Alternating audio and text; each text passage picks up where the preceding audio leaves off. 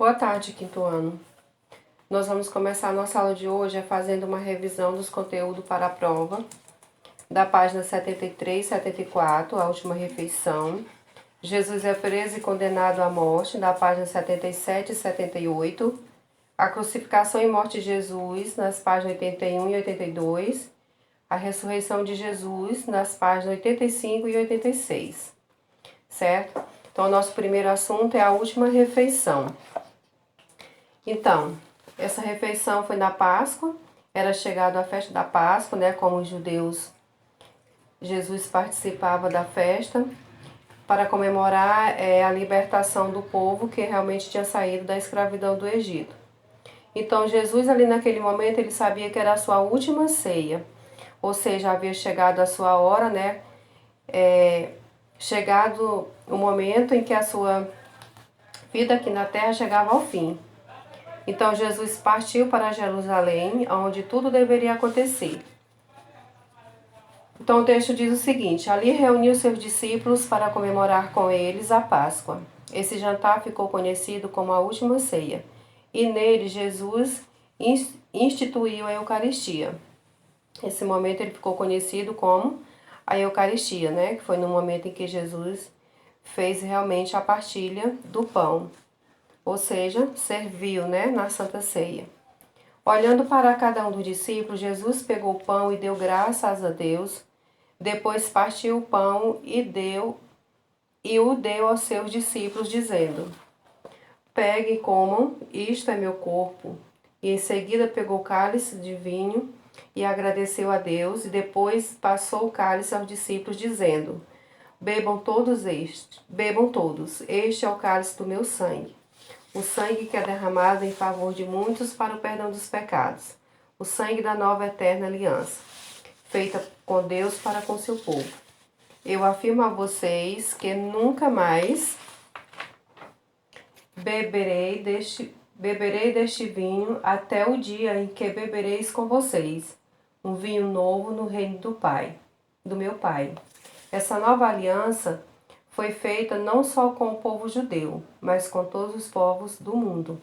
Hoje fazemos memória desse gesto de Jesus na Eucaristia. Então, esse momento ele ficou conhecido como o momento da Santa Ceia, onde Jesus fez isso pela última vez, mas nos dando a certeza, né, que um dia estaremos fazendo esse mesmo momento com ele na Santa Ceia no céu.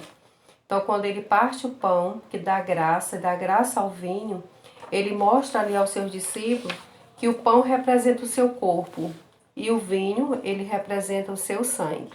Então, todas as vezes que acontece esse momento da Santa Ceia, né, da Eucaristia, é o momento em que nós lembramos da morte e ressurreição de Jesus. Então, nesse momento da última refeição dele, foi deixando nesse símbolo de que nós, ao cearmos, estaríamos participando do seu corpo e também do seu sangue. Nosso próximo assunto. Jesus é preso e condenado à morte, páginas 77 e 78. Então, nesse momento, Jesus ele passou por todo o sofrimento, né? Até chegar o momento realmente da sua morte, que foi a hora da crucificação, né? Então Jesus vai até o Monte das Oliveiras para orar e deixa também que seus discípulos façam o mesmo, né? Então Jesus pede a seus discípulos que orem para que não caiam em tentação, ou seja, para que não sejam tentados. Então Jesus se afasta de seus discípulos e começa, né, a orar dizendo o seguinte: Pai, se queres afastar de mim este cálice de sofrimento, Pai, se queres, afaste de mim esse cálice de sofrimento. Porém, não seja feito o que eu quero, mas o que tu queres. Então, a oração de Jesus naquele momento é pedindo realmente para Deus, né? Se ele quiser afastar realmente o sofrimento. Mas como Jesus sabe que ali realmente vai ter que acontecer, ele diz no mesmo instante que seja feito da vontade de Deus. Então Jesus termina a sua oração, levanta dali, volta para o lugar onde os discípulos estavam, né? E lá ele Jesus encontra os discípulos dormindo. O que Jesus fala para eles? Por que vocês estão dormindo? É isso que Jesus pergunta. Então Jesus ordena a eles, né? Levantem-se e orem para que não sejam tentados. Então Jesus ainda estava falando quando chegou uma multidão. Judas, um dos 12 discípulos, chegou perto de Jesus para beijá-lo. Mas Jesus disse: Judas, é com um beijo que você vai trair o Filho do Homem? Os soldados prenderam Jesus e os levaram ao sacerdote. Depois foi julgado por Pilatos, que era o governador romano, e por Herodes, que tinha sido feito rei dos judeus pelos romanos. Então a história de Jesus, ele conta, né? Jesus já sabia tudo o que ia acontecer realmente. Ele sabia que Pedro trairia ele com um beijo, que foi o que aconteceu. Judas trairia ele com um beijo, né, que foi o que aconteceu. Então, naquele momento, Jesus ele é preso e dali começa, né, o sofrimento dele até chegar ao ponto, né, da sua morte. E Jesus faz todo esse percurso. Herodes, né, zomba de Jesus e trata com desprezo ali naquele momento. Muitos julgam que ele fez algo de errado. Então Pilatos naquele momento reúne os chefes dos sacerdotes, os líderes judeus e o povo, né? Não encontrando nenhum pecado nesse homem, ali ele diz que não vê motivo para que Jesus seja julgado, muito menos condenado. Então Herodes também não encontrou nada contra ele e por isso ele manda que volte, né, para nós. Então o que acontece no momento? Eles mandam chicotear Jesus e depois o saltarei, dizendo eles lá depois o saltaria. Mas a multidão ela respondia de uma certa forma, que eles poderiam saltar Barrabás e crucificar Jesus. Então nesse momento, o que a multidão vê? Que Jesus também tinha pecado, que Jesus também poderia ser condenado. A maioria, achando que Jesus teria pecado, né, pediu para saltar Barrabás. E nesse momento, o que acontece? Realmente, Jesus ele é morto, como nós sabemos de toda a história, ele é crucificado. Então, Pilatos ele entregou Jesus aos soldados para ser crucificado naquele momento. E Jesus foi condenado por se dizer o Salvador. Como ele pregava que ele era o próprio Cristo, que ele era o próprio Salvador, então para eles isso era uma ofensa, né? Porque na verdade eles não acreditavam. Então Jesus foi maltratado e até trocado por um ladrão. Então Jesus ali naquele momento ele é maltratado, né? E até trocado realmente por um ladrão por nome de Barrabás. E naquele mesmo momento, por fim, Jesus ele é condenado à morte de cruz. O próximo assunto é na página 81 e 82. A crucificação e morte de Jesus. Então chega o momento em que os soldados levam Jesus para ser crucificado. Jesus ele carrega a sua própria cruz, cai por várias vezes, por conta do cansaço. No caminho eles encontram um homem chamado Simão, da cidade de Cirene, que vinha do campo. Os soldados agarraram Simão e obrigaram a carregar a cruz seguindo atrás de Jesus. Então, nesse momento, Jesus ele é condenado, né? Então, acontece o momento da crucificação e morte dele, onde ele passa por todo o percurso até chegar nesse momento, e ele é obrigado a carregar a sua própria cruz. Como fala o próprio texto, ele é crucificado junto com ele os dois criminosos, um à sua direita e o outro à sua esquerda. E Jesus ali diz o quê? Pai, perdoa eles, eles não sabem o que fazem. Então o povo ali ficaram olhando os líderes judeus, zombando de Jesus e dizia: Ele salvou os outros, que salve a si mesmo. E se é de fato o Messias que Deus escolheu?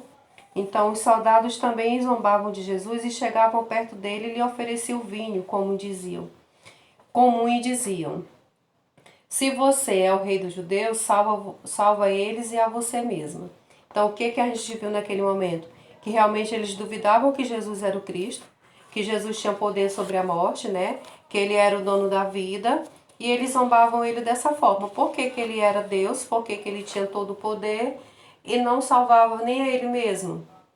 E ali nós observamos em toda a história, né, que ela precisava acontecer, que esse momento ele precisava acontecer. Então Jesus sabia do que que aquele acontecimento ali era obrigatório.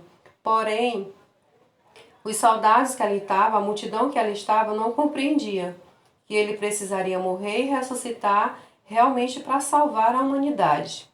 E naquele momento, como a gente observa, Jesus passa por alguns sofrimentos, chega ao ponto de pedir água, eles dão-lhe vinagres, né, em uma esponja. Então chega um momento em que ele diz para Deus, né, que Pai, em tuas mãos eu entrego o meu espírito, e morre.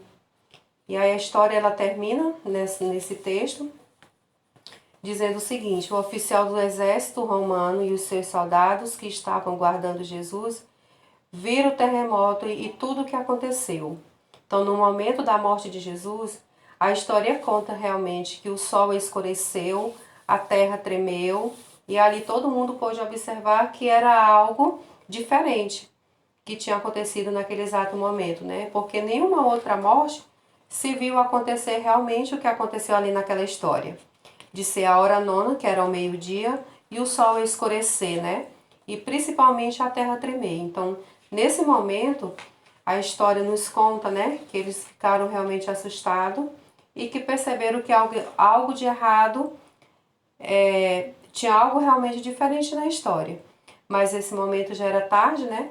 Era um momento realmente que tinha que ser acontecido. Então encerra-se essa parte que foi com a morte de Jesus, certo? A crucificação e a morte de Jesus. Nós entendemos todo o seu percurso, todo o seu sofrimento, até chegou o ponto da sua morte. Na página 85 e 86, a ressurreição de Jesus. Nós vimos aí todo o percurso da história dele, né, de morte, crucificação e morte, e nós chegamos ao último assunto, que é a ressurreição de Jesus. Então esse foi o melhor momento de toda a história, né? Que é o momento em que a gente vê realmente ele ressuscitar. A história fala que José de Arimateia, realmente da cidade chamada Arimateia, vai até eles, né? Pedir que devolvam o corpo de Jesus para que eles possam fazer o sepultamento. Ele pede a Pilatos o corpo de Jesus para que possa fazer o seu sepultamento, né? E ali José leva Jesus, sepulta Jesus na pedra, como conta a história. Então, quando passa, né, os 3 dias, no domingo, a Maria Madalena e outras mulheres foram visitar o túmulo e Jesus já não havia mais ali. Então, elas tinham esse hábito, né, de visitar túmulos para derramar perfume sobre o corpo. Naquela época era um costume, né, deles fazerem essa ação. Então, quando ela chega no sepulcro, que procura Jesus, não encontra mais. E aí elas viram que o sepulcro estava aberto. Somente um anjo na porta do túmulo, vestido de branco, ele se encontrava ali para avisar a elas que Jesus não estava mais ali. O que ele falou para elas? O que procura entre os... O anjo fala para elas da seguinte forma: não tenha medo, porque quem procura entre os mortos aquele que está vivo? Porque procura entre os mortos aqueles que está vivo? Então ele fala para as mulheres que Jesus está vivo. Ele não está mais ali, né? Não está mais sepultado. Ele já ressuscitou. E elas ficam assustadas, mas ao mesmo tempo alegres, e diz: Jesus ressuscitou e se encontrará com eles na Galileia. Então vão lá e vocês vão ver. E as mulheres saem dali correndo, né? Realmente com medo, mas felizes para contar as novidades a seus amigos de Jesus. Então, Jesus ele ressuscita. Jesus está vivo entre nós. Essa é a melhor parte da história, a gente observando realmente a ressurreição dele, conhecendo, né, o momento em que aconteceu a ressurreição. Então, hoje ele é vivo entre nós. Somos gratos pela ação, somos gratos pela ressurreição, pela vida que ele entregou, né, em prol de cada um de nós seres humanos hoje. Então nós temos essa certeza de que esse ato foi em prol de nossas vidas, né? Esse momento aconteceu para salvar realmente a cada um dos seres humanos. E Jesus hoje ele está no céu, como fala o próprio texto, como ele ressuscitou, está no próprio céu, aguardando esse dia, né? Para que todos nós possamos nos encontrar. Então finaliza aqui a nossa revisão e até a nossa próxima aula, que será a nossa prova, ok?